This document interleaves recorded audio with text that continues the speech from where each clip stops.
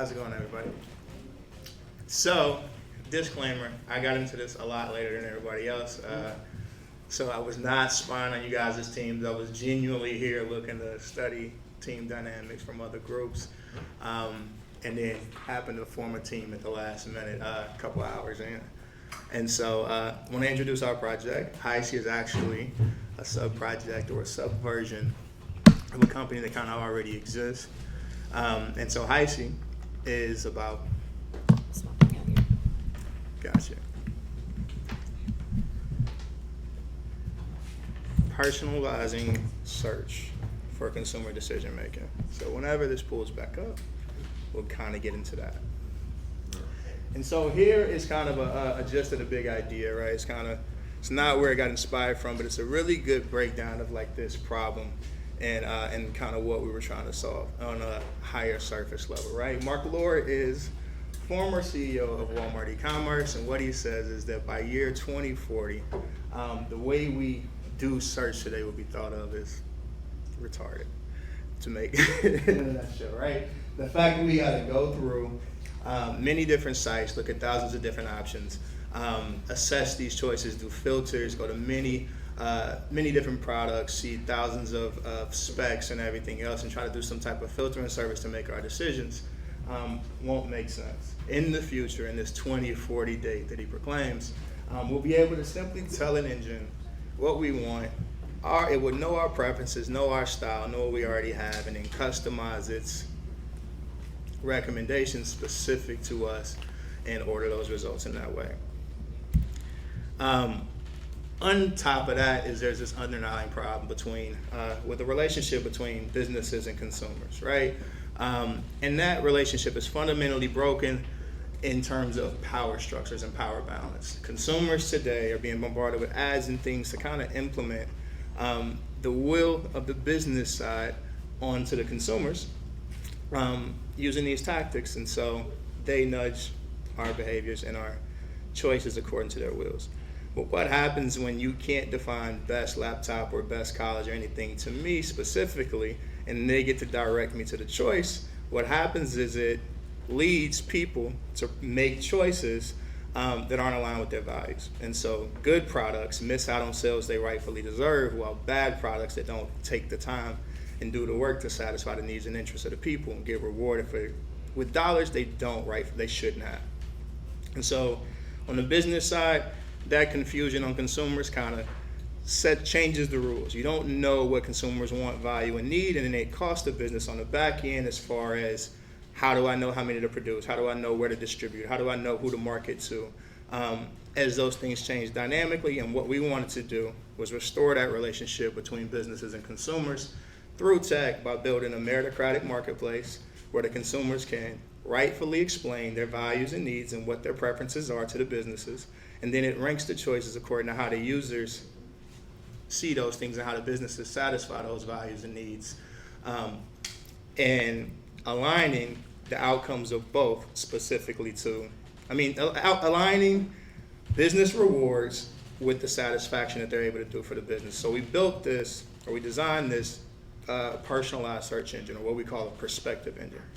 And so a perspective engine is a personalized search engine that allows the user to say best, laptop, or worth, or any subjective term, define that in an objective way, either through a set of values, what they care about when it comes to laptops, or by building a point of view by saying, okay, I want to trust this friend, that friend, all of these friends, everyone in the room, and building that perspective, consolidating those criteria into a single criteria, and then ranking the choices according to how you see it. And that's essentially what we set out to do this in a day, right? In a small version. The tech stack we use, built in Golang, Neo4j, etc. The sponsorship API that we use with the Gembones, and I'll kind of let him go into the tech, but just a visual of how this was supposed to go. It starts with a user profile, and this user profile is editable. Sorry if I skip through some of this stuff. So in that user profile, the user defines like their metrics, or defines their age, race, religion, all these types of deals. And it enrolls them into these communities. Those communities, missed it. Those communities would be like 25-year-olds, etc. So now when I define my values, my 25-year-old values get a vote into what 25-year-olds value. And so I implement my criteria, or I get a vote on the values of the communities that I belong to, but then I can use any of those communities to help me build a perspective when I don't know what I value. So I can say by my age, my race, but whatever, sorry. Whatever the case may be, build a point of view. I can add friends, I can build it with my friends. I can say, okay, give me this person's, this friend, etc. And I can go into any of their profiles, and it creates a real-time semantic dictionary, which is the criteria in which I'll judge a laptop or whatever the case may be by.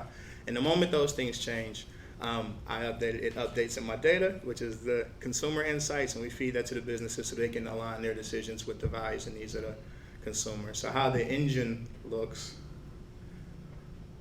Similar, user types in a query. So I don't know if it's too small. But if I typed in something like best college to men's basketball players and I'm comparing colleges, I choose the values of a college that I want to compare on. So I chose graduation rates, academic rates, etc. I gave them an allocation in my decision. Once it gets to 100%, I can hit submit, and it ranks all the choices according to how I see it. And I know I kind of talked through most, but I'll let him kind of get into the implementation stuff. So from an implementation standpoint, obviously it's a very difficult problem to solve. Who has been doing this for 20 years, so we're not going to do this in 2 days. But what we try to do is figure out how to efficiently map users to particular communities. Communities are people that have similar interests.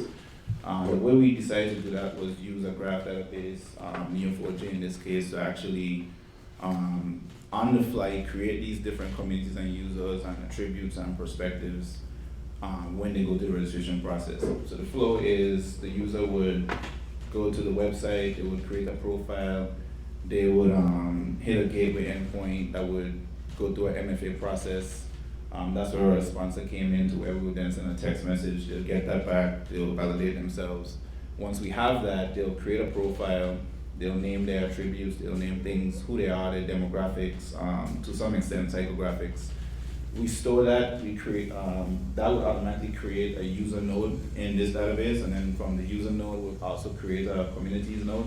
Once it creates that communities node, we can then build a relationship, a weighted relationship between that community node, and now we have a way to determine what type of quote-unquote groups that would belong to that particular user. We have another engine that we call the collector, which basically goes out and collects a number of different basically products from a market space, a marketplace, and those products will also be added to those communities within these nodes. So now we're able to efficiently query across this graph, get a particular set of that particular user and that user's context. We can use that to figure out, okay, what communities we need to look at to determine what results we should return back to that user.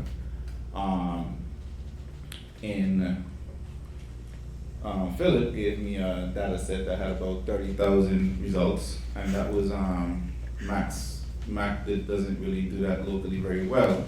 So in doing that, one of the things we realized was it was very slow to run the queries. But that opened up an idea to use Redis as a cache on top of Neo4j so that we could actually parse those queries a lot quicker.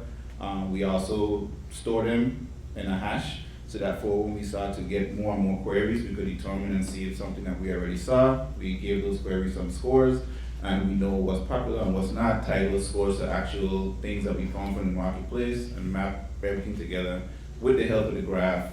And then we pipe those to Snowflake, so now we could have bigger queries on those as well. So really trying to tie an ecosystem together just so we could go back and give users back a list of things that really match exactly what it is that they're looking for and not what a business wants you to see. And that's the whole entire idea. All right, cool. Thank you. Question?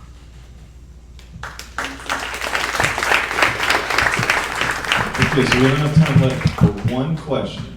Let's see. I'll go over here. Oh.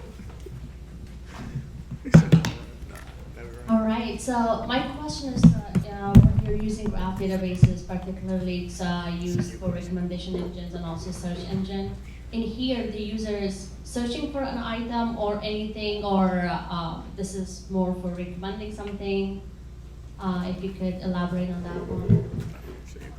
So the user is looking for items. So let's say like they're looking for the best car, right? Now that user has relationships with one or more different communities, right? Communities based on age, race, religion, favorites, relationships with other communities and other users as well. So we crawl that graph and we start to figure out exactly which ones has which results would have the most weights, the most combined weights, and then we'll bring those results back. So it's not just any results, but it's a weighted average of all the results that goes back to the user. Okay, awesome. Thank you. No problem. And so one other question over here. So I'll actually hand that off. Thank you. So, who would be your index provider? Are you getting the results from Google, DuckDuckGo, or are you going to maintain your own index for results? We make our own index so a lot of this stuff is kind of different and kind of unique, right? So we are not a traditional search engine in the sense of like search for random terms and get links. We don't rank links, we rank choices, and that's one of the differentiations between like an us and a Google. Google would look for the words best car on a web page, and it's ranking the page, not the car. And so what we do is focus mainly on like marketplaces. And like I said, this is kind of already based in the company we do, so we got partnerships and things that give us these unique data sets, et cetera. But it is creating our own index. When he's talking about the collector, it's going out mainly marketplaces, et cetera, but building this unique data set of cars or laptops or colleges or whatever decisions that people make, formally object, like putting it in a comparable basis and then assessing the choices as opposed to the links. All right, excellent work, y'all. Thanks again. Yeah.